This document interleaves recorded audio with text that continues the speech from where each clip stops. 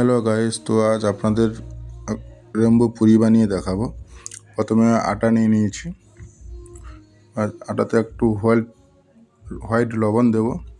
তারপরে বিটটা আগে আমি পেস্ট করে নিয়েছিলাম, তো বিটটা ছেঁকে নিব আটার সঙ্গে।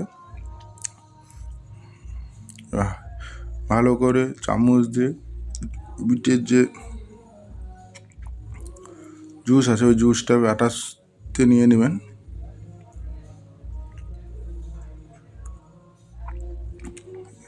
ওইটা ছেঁকে নেওয়ার পর আপনারা যদি আটার মধ্যে মনে হয় জল কম হচ্ছে, তো আপনি সিম্পল জলও দিয়ে মাখাতে পারেন, অসুবিধা হবে না।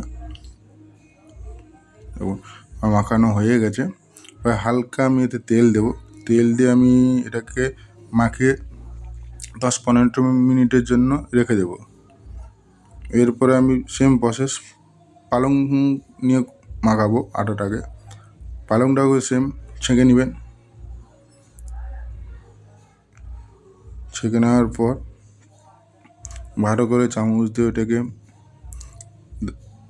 চেপে নেবেন যাতে সব জলগুলো আটার মধ্যে যায়।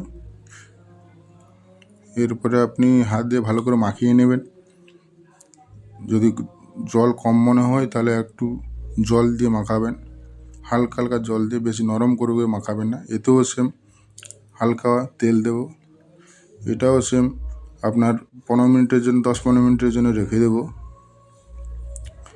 সেম এতেও হোয়াইট লবণ, হালকা হলুদ পাউডার,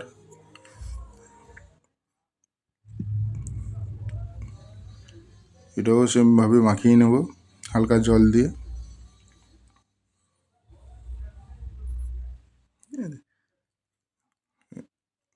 মাখানো হয়ে গেছে, হালকা জল লাগবে। এবার জল দিয়ে আমি একটু মাখিয়ে নেব ভালো করে। এটাই সেম তেল দিয়ে মাখিয়ে 10-15 মিনিট রেখে দিব। এবার দেখুন আমার 3টে আটা মাখানো হয়ে গেছে। এরপরে আমি ডেলু করব, রুটির থেকে একটু পরোটা সাইজের ডেলু করব 3টে।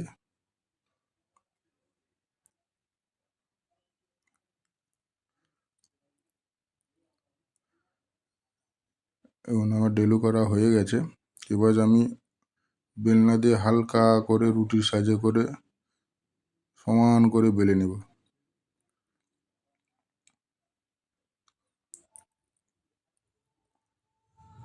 পরপর 3টে একই সাইজের বেলতে হবে, ছোট বড় করবেন না, একই সাইজের বেলে নেবেন, দিলে সুবিধা হবে।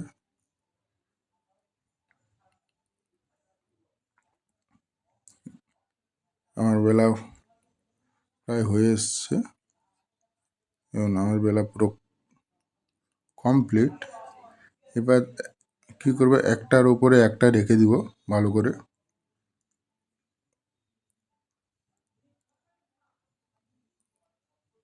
এবং আমার একটার পর একটা রাখা হয়ে গেছে। এবার আমি রোল করে নেব, আস্তে করে সুন্দরভাবে রোল করে নেব। রোল করা আমার হয়ে গেছে। ওই আস্তে করে এটাকে আর একটু রাউন্ড করে নেব গোল গোল, যাতে এটা না করে। এবার সাইড থেকে ওটা কেটে বাদ দিয়ে দিব। এবার বেশি চাপ দিয়ে কাটবেন না, বেশি চাপ দিয়ে কাটলে আমার কালারটা ফুটবে না। সাইডেরগুলো আপনারা বাদ দিয়ে দিবেন। দেখুন কত সুন্দর কালার এসছে। এই হালকা তেল দিয়ে, বেশি চাপ না দিয়ে হালকা চাপে বেলবেন, দিলে আপনার কালারটা ঠিকঠাক থাকবে, নাহলে কালার ফুটবে না।